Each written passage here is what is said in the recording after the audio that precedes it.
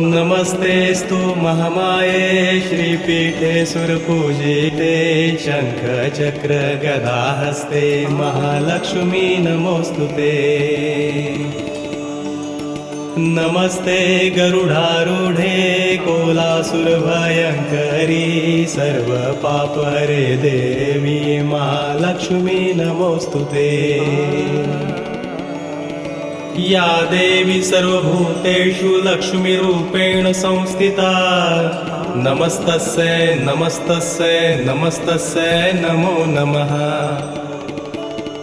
ॐ श्रीं ह्रीं क्लीं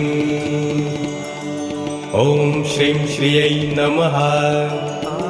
ॐ श्रीं ह्रीं क्लीं ऐं कमलवासिन्यै स्वाहा।